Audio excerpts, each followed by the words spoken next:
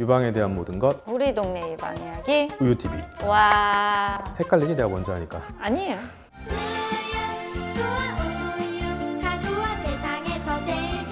둘이서 하니까 이렇게도 해보고 저렇게도 해보고 하는데 이제 곧 염유진 선생님이 옵니다. 언제 오는지 안 알려줘요. 저한테는 뭐라 그랬냐면요, 카톡 대화를 하는데 시간차가 없이 바로바로 응대를 하면 아, 얘가 이제 한국에 왔구나 라고 생각하래요. 참. 언제 오겠다는 거야.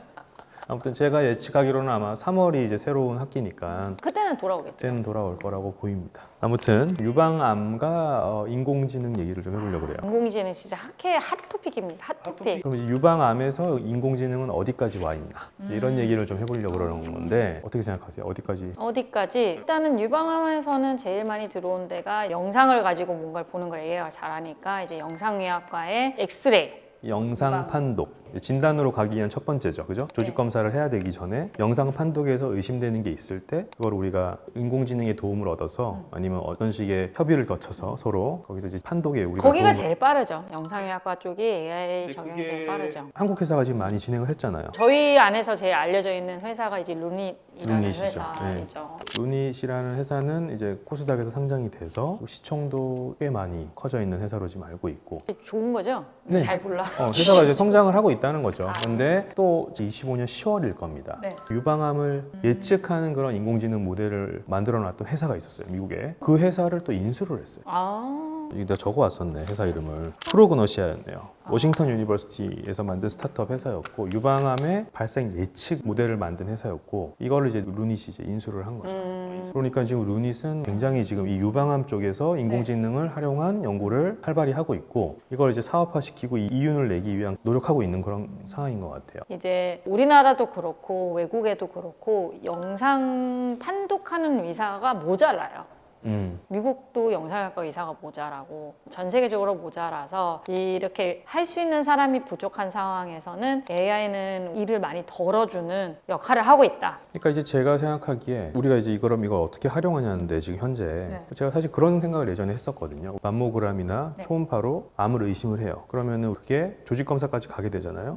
조직 검사에서 실제로 나올 수도 있지만 또 잘못 봐가지고 안 나올 수도 있는 거고, 그렇죠? 그리고 또 제일 무서운 거는 있었는데 우리가 놓칠 수도 있는 거잖아요. 그렇죠. 이게 제일 최악이죠. 근데 그거를 이제 이렇게 많은 양의 판독을 하는데 내가 혼자 오로지 책임을 다 져야 된다? 이거 굉장히 부담스러울 것 같거든요. 판독하는 의사 입장에서는. 그러니까 예를 들면 우리는 지금 현재의 시스템상에서 유태경 영상의학과 선생님, 한윤호 영상의학과 선생님이 이걸 내가 판독해놓고, 물론 정말 어려운 경우야 우리 이거 같이 도와주죠. 도와주고 상의를 해볼 수 있지만 대부분은 내가 혼자서 쫙쫙 가는데 이 사람이 컨디션이 좋은 날도 있고 안 좋은 날도 있을 거고, 이걸 어떻게 다 100% 내 개인적인 판단에 다 이거를 맡긴다는 게, 물론 저는 영상의학과 의사가 아닙니다만, 그런데 이렇게 인공지능이랑 협의를 해서 그들도 틀릴 수 있고 우리도 틀릴 수 있지만 두 개를 종합을 했을 때는 누군가의 다른 한 명과 같이 판독을 한다는 생각이 들 수 있을 것 같아요. 서로 이게 상호 보완이 된다는 거죠. 그게 지금 현재 단계인 것 같고, 그런 것 같아요. 그러니까 사실 이건 환자분들께 굉장히 도움이 되는 것 같고, 그러니까 이제 루닛이 지금 여기까지 성장을 해서 지금 오는 거고요. 그럼 앞으로의 더 미래는 그럼 이게 완전히 대체가 될 수 있냐? 그건 어떻게 생각하세요? 없어지는 거지. 영상의학과 선생님이 판독하는 과정이 필요가 없는 거고, 맘모그램 딱 거기다 넣었어. 그 나온 걸 100% 믿을 거냐? 이런 세상이 올 거냐? 어떻게 생각해요? 오죠. 저도 올 것 같아요. 네, 오죠. 운전하는 거랑 비슷한, FSD랑 비슷한 이제 내용이 될 수밖에 없는데, 책임 소재의 문제 때문에 이제 결국에는 사람이 붙게 되는데, 그런 게 해결이 되면은 당연히 올 거고. 그래서 이렇게 AI가 막 반짝반짝 하고 있을 때 영상의학과 인기가 잠깐 떨어졌었잖아요. 아, 그래요? 근데 다시 오르긴 했는데 어쨌거나 오죠. 이게 언제 오느냐의 문제인 것이라 생각이 들고요. 근데 반면에 초음파랑 MRI 이쪽으로는 지금 AI를 활용을 못 하고 있긴 해요. 초음파는 사람 손을 굉장히 많이 타는 것 같아요.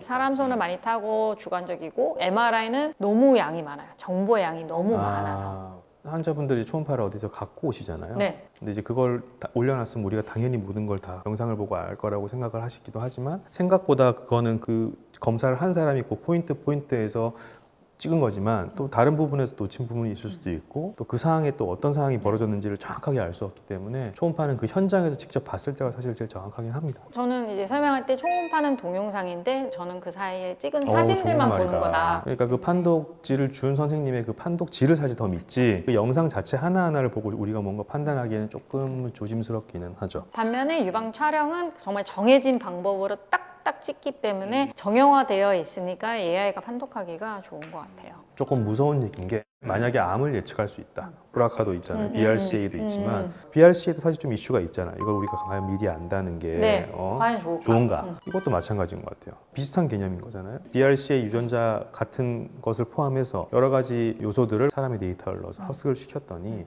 이런 영상 장면은 뭐 이런 여러 가지 히스토리, 이런 사람의 환경에 따라서 유방암 발생이 100%다. 이게 만약에 나왔을 때 그럼 내가 그걸 아는 게 과연 의미가 있는 거지. 그거를 알면은 높다고 하면 검진을 더 열심히 하고 하는 거지만은 검진을 더 열심히 할 수도 있지만 또 불안한 분들은 무조건 내 가슴을 그냥 다 떼버리는 그런 상황이 또 벌어질 것 같아서 어떤 미래가 펼쳐질지 좀 두렵기도 합니다, 사실. 평리과도 완전 AI의 이제 중요 타겟 중에 하나인 거고 요즘에 디지털 패솔로지라고 그래서요. 예를 들면은 호르몬 수용체 양성이냐 아니냐를 보려면 면역화학 염색이라고 특별 염색을 해야 되는데 그러지 않고 그냥 일반 염색으로 세포의 모양만 가지고 봤을 때도 이 환자의 예후를 예측한다든지 아니면 아형을 분류한다든지 이런 게 가능하다고 하더라고요. AI를 활용하면 그냥 눈으로 봤을 때는 별로 차이가 없는데 병리과야말로 그림이니까 그 그림을 이제 정말 상세하게 분석을 하는 것 같아요. 그래서 이번에 샌안토니아에서 하는 대형 학회에서 온코타입 DX 말고 디지털 병리라고 하는데 디지털 병리를 이용해서 온코타입 DX만큼 잘 예측할 수 있더라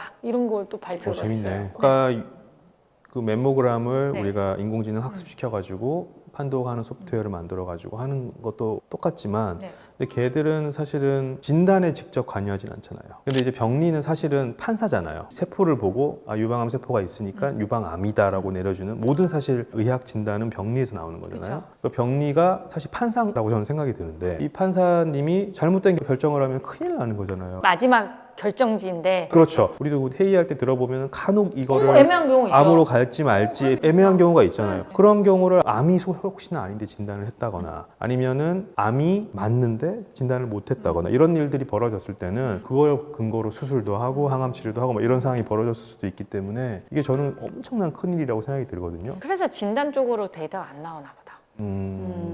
그래서 예측 쪽으로 나오는 것 같아요.